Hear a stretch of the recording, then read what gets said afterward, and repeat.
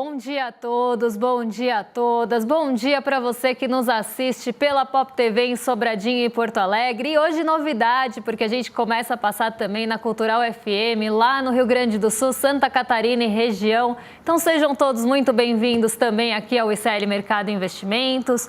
Hoje, terça-feira, dia de falar do IGPM, que ficou de ontem, mas vamos também repercutir um pouquinho as falas do ministro Fernando Haddad, que deu um recado em relação ao fiscal, em relação aos tributos, aos impostos.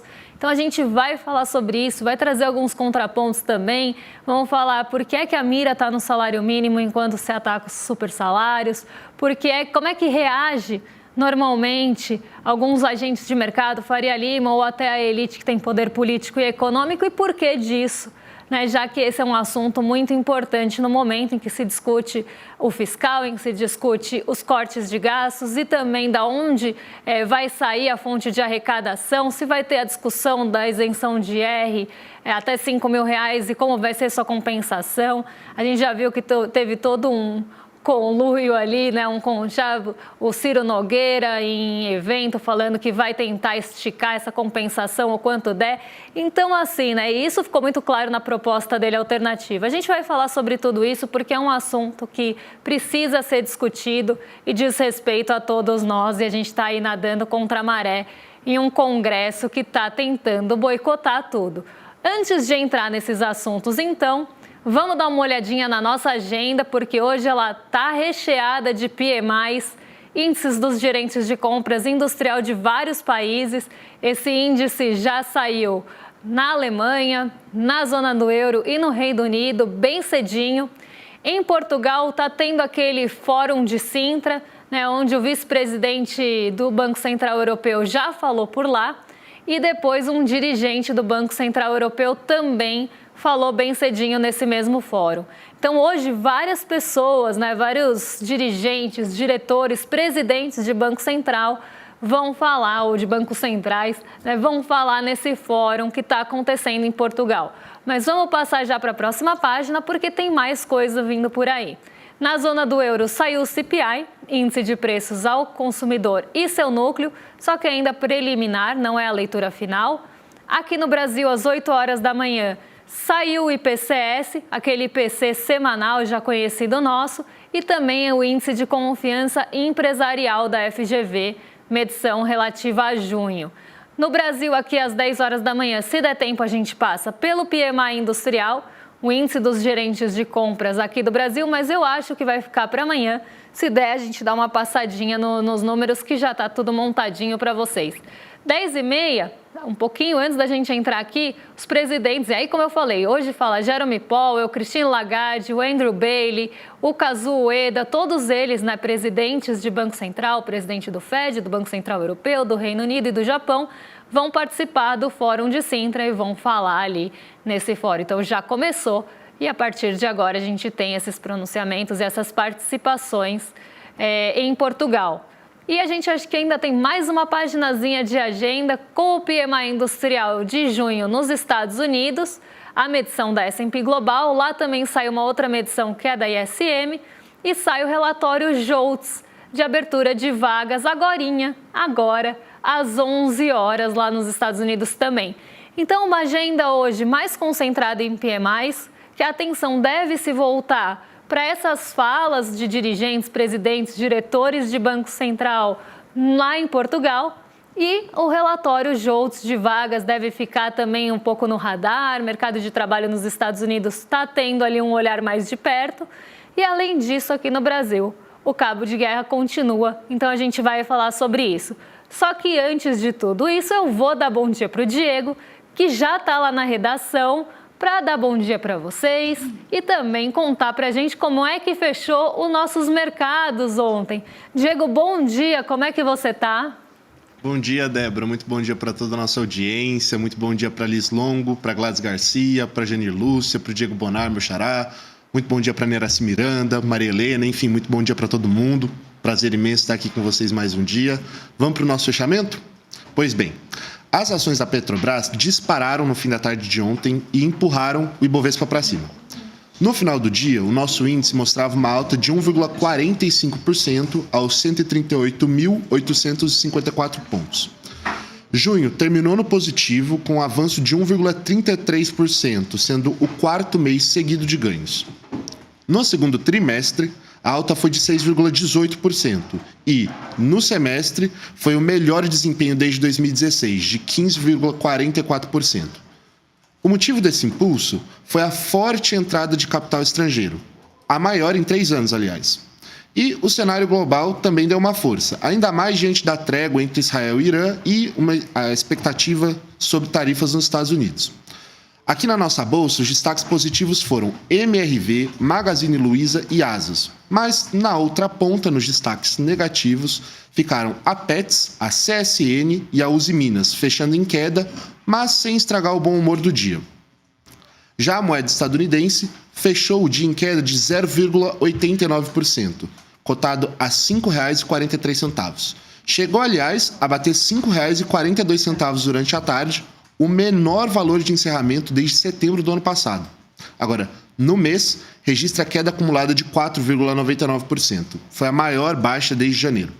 Débora, queria saber o que explica, todo esse bom humor do mercado nesse ano de 2025.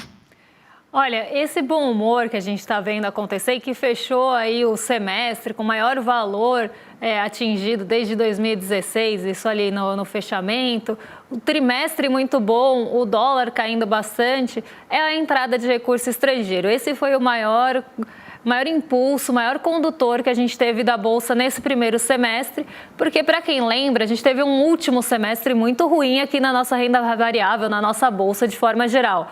O índice Ibovespa, o nosso Ibovespa, ele despencou no fim do ano. Todo aquele alarmismo, aquele pânico fiscal do fim do ano, depois do pacote do Fernando Haddad ser divulgado. Então, quando a gente tem aquele pacote de ajuste fiscal sendo divulgado, o mercado ele entrou ali em um modo de pressão e aposta contra o Brasil.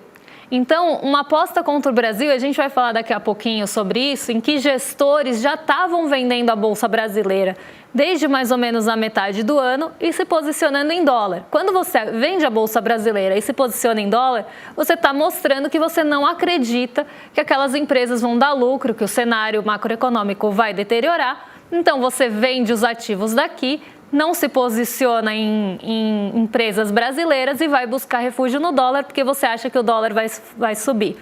O grande problema é quando você tem também o poder de manipular essas variáveis. Se todos os gestores eles acabam tendo a mesma visão de um determinado aspecto juntos, eles vão mexer também com as expectativas, porque eles têm gestores, mercado financeiro, pessoas que têm volume de negociação suficiente para conseguir mexer com algumas expectativas. E quando também eles se posicionam na mídia, eles também vão trazer essas visões. E isso tem muito a ver com o que eu vou falar daqui a pouco, não é à toa que eu estou trazendo esse aspecto também do mercado. Então, quando você tem, por exemplo, uma voz uníssona na mídia tradicional, afinal a grande mídia ela também é controlada pelo mercado financeiro na maioria das vezes, se você tem todo mundo falando a mesma língua, você consegue gerar aquelas expectativas nas pessoas. As pessoas começam a esperar e até reproduzir esses discursos, o que é muito perigoso. E no fim do ano passado, quando começa a discussão em relação à tributação, em relação a isenção de imposto de renda até 5 mil, com compensação ali, provavelmente com rendas acima de 50 mil, envolvendo dividendos também acima de 50 mil. Isso começa já a trazer um sentimento para o mercado financeiro de que não era o que eles esperavam. Por quê? Eles esperavam um ajuste fiscal nos moldes mais tradicionais. O que é o molde mais tradicional? Corte de gasto. E corte de gasto em qualquer esfera? Não, corte de gasto em saúde, educação, benefício social, desvinculação do salário mínimo. Então, eles tentam colocar isso o tempo todo. Quando vem um pacote de ajuste fiscal, colocando na conta super salários, entrando ali nessa discussão dos super salários, colocando um pouco, um pezinho ali, porque não é uma super mudança fiscal, a tributação ali acima de 50 mil, progressiva, numa alíquota que não vai começar alta. É um começo de uma mudança tributária, é o começo de uma estruturação diferente da tributação no Brasil. Está longe de ser a resolução de todos os nossos problemas de desigualdade tributária, mas já começa a mexer um pouco numa estrutura que não era mexida, que ficava ali sempre muito blindada. Então isso já causa um desconforto quando esse pacote ele chega não a contento do mercado, e não é por grandeza, mas no modo de compensar, no modo de fazer. O mercado fica muito bravo, para não falar outra coisa, e também, não só o mercado, mas outras esferas que têm também poder político e econômico, ficam ali muito insatisfeitas, muito descontentes, e a gente vê a nossa bolsa despencando com justamente essa justificativa de que o risco fiscal estava muito grande, que isso não ia fechar as contas, que o Brasil ia ficar com um problema fiscal, que isso não ia resolver o problema brasileiro. Então, um ceticismo muito grande em que você ia entregar o prometido. Então, a nossa bolsa ela derrete, para quem lembra, no fim do ano passado, e o dólar dispara. O que acontece? O recurso estrangeiro, olhando para essa situação e também olhando para o cenário internacional, com toda a questão internacional dos Estados Unidos também, então as tarifas do Trump, a imprevisibilidade do Trump, tudo que aconteceu nos Estados Unidos no começo desse ano também abriu brecha para esse recurso vir para os mercados emergentes. E aí o mercado, o recurso internacional, vamos pensar assim que é uma entidade, ela vai olhar para as possibilidades que tem. Então tem Brasil, tem México, tem uma série de países que pode o recurso estrangeiro. E aí ele vai ver o valor dos nossos ativos aqui, a quanto eles estavam sendo negociados, e vão ver uma barganha. Vão ver ali, pô, mas isso aí está em liquidação, vou lá e vou comprar. E aí entra uma enxurrada de recurso estrangeiro aqui durante o primeiro semestre para comprar justamente esses ativos que se desvalorizaram durante o fim do ano passado. Então a gente tem uma queda muito grande dos nossos ativos, eles ficam baratos, eles não perderam fundamento, eles têm uma projeção ainda de lucro, eles têm fundamentos sólidos, fundamento ali é o que está embasando o estudo do preço de um ativo, por exemplo. A pessoa olha para aquilo e fala, bom, tem possibilidade de lucro e está barato, vou comprar nessa liquidação que foi promovida por todo esse pânico fiscal no ano anterior. E aí entra recurso, enxurrada de recurso estrangeiro para comprar esses ativos, o preço dos ativos sobe e a nossa bolsa tem essa valorização bastante grande. E aí a gente tem também queda do dólar, porque entra dinheiro aqui, tem queda do dólar porque entra dinheiro para especular com essa Selic que está nas alturas também, e entra dinheiro também por exportações que a gente está tendo agora também com safra recorde. Isso tudo ajuda a derrubar o dólar. Então, você tem tudo isso acontecendo ao mesmo tempo, dólar cai, principalmente por esse movimento de entrada de recurso, e a Bolsa ajudou bastante nesse processo e ajudou justamente porque estava lá embaixo e entra todo esse mercado comprando agora. E aí eu já vou puxar o gancho para falar do nosso próximo assunto, que é justamente sobre essa disputa que está acontecendo dentro desse cenário, dessa atmosfera tributária, mas que é muito além disso.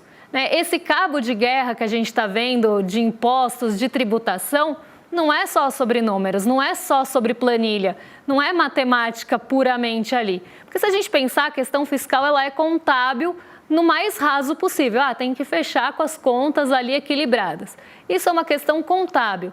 Só que o fiscal ele vai muito além disso. Ele tem impactos sociais e tem impactos políticos. E como eu já falei alguma vez aqui, eu acho que já falei, a escolha pela política que você vai fazer, a escolha por quem você vai priorizar dentro desse orçamento fiscal, também é uma escolha, e também é uma escolha política, e é uma escolha que diz respeito ali para além desses números que são jogados. Então, as pessoas que querem usar isso como algum subterfúgio, como algum pano de fundo, vão falar, não, mas precisa fechar, porque é uma questão contábil, então tem que bater e tem que fechar no déficit zero. Isso dá um peso muito grande para isso, e ao mesmo tempo, você consegue com isso manipular para fazer escolhas e defesas de escolhas que não necessariamente vão favorecer a população. E aí eu vou trazer um trechinho um primeiro trechinho do Fernando Haddad falando, vou comentar e depois eu chamo o segundo trecho para vocês, para a gente ver o que ele falou e o que isso quer dizer. Nós vamos fechar todas as brechas que são criadas por jabutis, que no Brasil o jabuti é órfão de pai e mãe. Ninguém assume a paternidade de um jabuti. Ele aparece numa lei, em geral, para favorecer um grande empresário. Em geral, é para favorecer um grande empresário. Para tirar esse jabuti do ordenamento jurídico, é um parto. E cada vez que a gente sequestra esse jabuti, tira ele da árvore e remove do ordenamento político, tem a grita do andar de cima de que aumenta imposto. Não, isso não aumenta imposto. Isso é ter um mínimo de respeito com o trabalhador que paga suas contas com o Estado em dia. E aí, acho que o Haddad tocou num ponto, né, muito importante aí, que é não aumenta o imposto, né, tira um pouco dessa carga. Para quem não sabe, a carga tributária aqui no Brasil ela é muito desigual e ela é muito mal distribuída, principalmente quando a gente pensa nas pessoas físicas. Por quê? A gente paga imposto sobre consumo. Se a gente olhar na nossa notinha ali do supermercado, né, boa parte daquilo vai para tributos estaduais e tem também os tributos federais ali, que são uma parte até menor. Então, você paga imposto sobre o consumo, você paga imposto sobre a renda, mas quanto mais, principalmente o imposto sobre consumo, quanto menos você ganha, mais você paga. Por quê? Se eu gastar R$100 num supermercado, eu vou ter ali o meu imposto sobre consumo naquela notinha. Se uma mesma pessoa com um salário muito mais que eu, 100 vezes maior que eu, gastar os mesmos R$100 no mesmo supermercado, vamos pensar que essa pessoa foi ao mercado e fez compras. E aí você tem aquele peso do mesmo valor tributário numa pessoa que tem salário 100 vezes menor. E uma pessoa que ganha metade do que eu ganho, for no mesmo supermercado e gastar os mesmos R$100, aquele tributo também vai pesar mais do que pesou para mim e, consequentemente, do que pesou para a pessoa que ganha 100 vezes mais do que eu. Então, a gente tem que entender que, primeiro, o brasileiro, ele acaba tendo toda essa carga tributária indireta e que é passada ali principalmente no consumo, e isso pesa. Já tem toda essa carga. Além disso, tem o imposto sobre a renda, que é aquele que a gente declara no final lá para o leão, que também acaba pegando quem tem desconto na fonte, porque a pessoa que está ganhando milhões ali, ela está distribuindo dividendos, e esses dividendos são isentos, ela não contribui com nada nessa parte. Ela vai ganhar, vai ser tributada pelo que ela ganha como salário, mas o que ela distribui de dividendos, não. E aí o que acontece? O salário é pequenininho, os dividendos são grandões e a maior parte fica isenta de imposto e não é nenhuma ilegalidade. Isso é lei. Isso é uma lei que existe há 30 anos, desde 1995. E desde 1995, ou desde a Constituição Federal, a gente tem essa discussão tributária, porque na Constituição está lá que tinha que ser progressiva, que tinha que ser justa a tributação, e até hoje a gente não conseguiu tirar no papel, uma discussão de anos. E aí, em 1995 tem toda essa coisa da isenção dos dividendos e outras jabuticabas que tem ali, ou jabutis, como o Fernando Haddad falou, né, que acabam desonerando pessoas privilegiadas. O caso também emblemático, o juros sobre capital próprio, tem a isenção dos lucros e dividendos. Isso acaba privilegiando e blindando uma parcela da sociedade que tem poder político e econômico para defender esse privilégio. E a gente que não tem, acaba ficando com toda a tributação indireta, que pesa mais para a gente, com a tributação do imposto de renda da pessoa física. A gente sempre falhou em tentar tributar de uma forma mais justa, patrimônio, herança, enfim. A gente nunca teve essa discussão seriamente no Brasil para fazer uma coisa mais justa. E qualquer movimento que você faça para tentar mudar isso, mesmo que ainda muito pequeno, muito incipiente ainda, surgindo uma discussão para tentar pegar uma parcela desses dividendos que são isentos há 30 anos, já tem toda uma gritaria, né? Já tem toda... E aí foi o que aconteceu no ano passado, foi dedo no céu e gritaria, porque as pessoas venderam todos os seus ativos, céu aqui de vender, venderam todos os seus ativos, porque estavam desacreditando do Brasil, para tentar fazer gritaria, para tentar fazer pressão. Olha só, a gente está muito descontente, jogaram os juros futuros lá nas alturas. E a gente está aí, inclusive, colhendo frutos disso. Então, quem tem poder de gritar e fazer barulho, consegue manipular, inclusive para que pessoas que não vão ser beneficiadas com isso, continuem perpetuando isso, defendendo. O que a gente vê de gente defendendo nas redes sociais, milionário, bilionário, não é brincadeira. E aí tem uma segunda fala do Fernando Haddad que eu quero passar para vocês, também sobre esse assunto, e aí eu já vou mostrar uma coisa que vai deixar vocês um pouco boquiabertos, como eu fiquei quando li essa matéria. Se não for para mudar o Brasil para melhor, gente, nós estamos lutando pela dignidade do trabalhador, que paga as suas contas, que nem escolhe pagar porque é descontado na fonte pelo empregador. Então nós vamos continuar fazendo justiça social. Pode gritar, pode falar, vai chegar o momento de debater, mas nós temos que fazer justiça no Brasil. Nós não podemos nos intimidar na busca de justiça. Esse país é a 10ª maior economia do mundo. Está sempre entre as 10 maiores. Sobretudo quando o presidente Lula lidera o país, está sempre entre as 10 maiores. Sempre. Agora, a gente não tem o direito de esquecer que nós estamos entre as 10 piores no que diz respeito à distribuição de renda. E aí, quando se tenta, né, a gente está entre as 10 piores quando fala em relação à distribuição de renda, porque não tem só essa disputa no âmbito tributário ali de como vai arrecadar, mas também tem a disputa de como você vai distribuir isso, né? E aí a briga pela utilização do recurso também acontece. Porque enquanto a gente está entre as 10 piores distribuições de renda, tem gente falando aqui sobre o Bolsa Família ainda. Quantas vezes a gente já não cansou de ver alguém batendo no Bolsa Família? Estão falando que Bolsa Família deixa as pessoas mal acostumadas, que elas não querem trabalhar. E quando os dados comprovam justamente o contrário, né? Que as vagas foram ocupadas por pessoas do Bolsa Família. Tem toda aquela questão da transição agora, para a pessoa não perder o benefício logo de cara, então tem toda uma transição. E aí tem o ataque à distribuição de renda, aos programas de transferência de renda, também acontece. Então, ao mesmo tempo, todo mundo quer ajuste fiscal. Ninguém quer abrir mão dos privilégios, ninguém quer contribuir também na arrecadação, mas todo mundo quer que o ajuste seja feito. Quer que seja feito onde? Nos benefícios fiscais. E aí eu separei nos benefícios fiscais, olha, nos benefícios sociais e de transferência de renda para tentar diminuir um pouquinho essa desigualdade.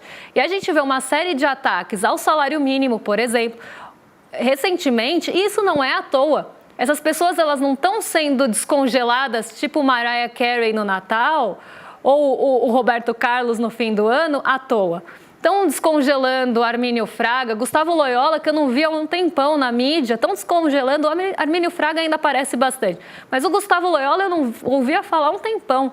E aí estão descongelando essas pessoas, estão desenterrando essas pessoas, não é à toa. É num momento em que se discute justamente todas essas questões de distribuição que estão tentando fragilizar e deixar isso mais vulnerável. Então, o que eu estou vendo de matéria sobre desvinculação do salário mínimo, e isso também a gente tem que pensar quem são os donos daquele veículo de mídia e por que é que estão falando em desvinculação do salário mínimo. Estou vendo vários ataques à Bolsa Família, como se fosse ali, né, uma fábrica de desempregados e que aquelas pessoas não trabalham porque elas não querem, elas não trabalham porque muitas vezes não tem condição de se inserir no mercado de trabalho. E que tipo de trabalho está sendo oferecido para ela no outra ponta? Para ela preferir ficar com benefício social se fosse isso. Então a gente tem que pensar também nessa estrutura que a gente tem no Brasil de uma desvalorização do trabalho, de sempre ter essa cultura que a gente trouxe escravocrata de que as pessoas têm que trabalhar por nada para as outras. E aí, a gente vê que quando tem, né, qualquer mira ali, quando tira o foco, né, vai para um foco num super salário, por exemplo, voltam a atacar o salário mínimo. Né? Então, a gente tem uma série de notícias, uma série de matérias falando sobre isso. E eu separei uma muito específica, mas é sobre o Bolsa Família, que é um gestor de fundo que eu não vou nomear, nem o gestor, nem o fundo. Poderia nomear? Poderia, mas eu borrei aqui o nome por uma questão até de proteção a gente aqui. Mas... que fala uma barbaridade sobre o Bolsa Família. O que ele está falando sobre o Bolsa Família é horrível. E aí eu vou trazer porque ele está justamente comparando. Vão derrubar o IOF, e aí essa derrubada vai ser injusta. Então, eu vou até ler com os estrangeirismos aqui do nosso querido gestor. Ou não, né? Querido não. Vou ler aqui porque eu não enxergo muito bem na TV. Vamos distribuir dinheiro, vamos aumentar a arrecadação, isso ele falando sobre o governo. E não importa que seja de uma maneira unfair. Acrescentou que o mais assustador foi a tentativa de derrubar o IOF, né? Foi a tentativa de colocar ou aumentar o IOF, e acrescentou que isso seria ali um pedágio, né, de quem precisa comprar moeda. E aí ele fala, isso é muito scary. Gente, não dá. Porque, na minha opinião, deveria aumentar a precificação do risco do PT. A matéria até é essa, né? Risco do PT. Falou o gestor, falou o Boston, o gestor aqui em São Paulo. Além disso, o gestor disse que a percepção do mercado é que aumentou a probabilidade de troca de governo com as eleições que vêm por aí. E embalando a recuperação da Bolsa. Então, a recuperação da Bolsa não é porque os ativos desvalorizaram justamente por todo aquele pânico fiscal que eu estava explicando. Nada disso. A recuperação da Bolsa está embalada pela Faria Lima porque está se pensando já na eleição de 2026, em que não se acredita na vitória do PT, aumentando ali uma agenda de maior responsabilidade fiscal. Por quê? Não adianta entregar números acima do esperado ou cortes acima do esperado, porque ainda assim não adianta o Haddad acenar com as duas mãos para o mercado financeiro, não adianta o Galípolo fazer todas as vontades, porque ainda assim é irresponsável. Ainda assim a lição de casa não foi feita. Por quê? Porque vão bater nessa tecla até cortar benefício social, até que o salário mínimo seja desvinculado. Eles vão focar nisso pelo tempo que for, enquanto eles não conseguirem essa vitória. Mas vamos continuar. Durante o evento anual da gestora Nananã, apontou o sentimento entre investidores que, apesar da trajetória negativa das contas públicas, uma vitória de Tarcísio Freitas, atual governador de São Paulo e nome preferido da Faria Lima, contra a reeleição do presidente Lula, pode resultar numa correção de rumo. A referência é o que aconteceu onde? Com a Argentina de Javier Milei. Então, para a Faria Lima aqui, ou pelo menos segundo esse gestor, você precisa deixar todo mundo na pobreza, você joga todo mundo na miséria, que nem aconteceu lá na Argentina, entrega a meta, à custa do que for, né? Entrega ali o fiscal, então, zeradinho ou com superávit, que seja, porque esse é o principal foco, que aí tudo vai acontecer como se espera. Tudo vai dar certo a partir daí. Se você fizer todas as reformas, que sempre aparece um novo cano furado, um problema elétrico, a reforma nunca está pronta. E aí, quando ela está pronta, inventam um novo problema, acham lá o amianto no telhado. E aí você precisa de uma nova reforma e de uma nova reforma. Enquanto não destruírem os benefícios sociais, enquanto não desvincularem o salário mínimo, sempre vai precisar de uma nova reforma. E aí a gente já tem a resposta, né, da própria matéria falando que o preferido é Tarcísio de Freitas. E aí a gente começa a ligar uma coisa com outra, né? Jantar ali, outro jantar aqui, encontro não sei onde, reunião falando que para tentar derrubar uma coisa ou outra do governo, para enfraquecer, para tentar colocar esse projeto de corte, esse projeto de precarização, esse projeto que acaba com o social. E talvez nem assim venha, porque aí você vai esmagar completamente a demanda, né? E a gente sempre fala que a expectativa da demanda ela é tão importante. Se não fosse, né, se a demanda não fosse importante, quando a taxa de juros foi para 2 lá no governo Bolsonaro, enquanto Campos Neto era presidente do Banco Central, a gente ia ter tido crescimento e não teve. Por quê? Porque não tinha demanda também do outro lado. Uma coisa não funciona sem a outra. A Selic desacelera, mas nem sempre ela vai conseguir acelerar sozinha. Quase nunca, se não tiver expectativa de demanda. Aí você achata tudo e aí eu quero ver também crescer alguma coisa, quero ver sair do lugar, né? Mas a gente vê, o discurso está pronto aqui. E uma coisa não está desligada da outra. Se você enfraquecer, você consegue talvez ganhar essa disputa, que, como eu falei, não é de números, são escolhas políticas, e isso está muito na mira, também já pensando nas eleições do ano que vem. Agora eu vou dar um recadinho antes de entregar para o rolê aqui correndo, porque ainda dá tempo de assistir a nossa aula de domingo, que foi um sucesso, foi uma aula excelente, eu estava lá, a Edu estava lá, a gente respondeu dúvida, falamos sobre vários pontos importantes que você precisa saber para começar a investir, organização, reserva de emergência, a gente falou sobre um monte de assunto legal. Se não deu para assistir, estava vendo o jogo, né? Estava triste, enfim, está tendo Mundial de Clubes, encaixa aí no seu dia, porque ainda dá para assistir o replay da aula em edu1.com.br/reprise às 8 horas da noite hoje. Então, ainda dá tempo de garantir aí a sua presença nessa aula, não percam. E agora sim vou entregar para os nossos vizinhos de cima, para o Rolê ICL. O Guga Noblar e a Roberta Garcia já estão lá para receber vocês. Gente, toda vez eu vou falar que o William está lá, porque é força do hábito, mas o William está de férias. Então hoje, Roberta Garcia e Guga Noblar no Rolê ICL. E eu volto amanhã com os assuntos do dia. Quem sabe eu consigo pagar a promessa do IGPM, se não surgir um monte de outras coisas aí no meu caminho. Um beijão e até lá. Fala, turma! É o seguinte, quer mais uma chance para assistir a nossa aula que fez o maior sucesso de educação financeira? Teve gente que perdeu por diversos motivos, né? Até por ter esquecido simplesmente e está querendo assistir. Então a gente vai liberar um link aqui para você poder assistir a aula e aproveitar tudo que ela trouxe de bom para as pessoas que estavam lá. Realmente, é uma hora para mudar completamente a sua visão sobre o mundo das finanças e dos investimentos.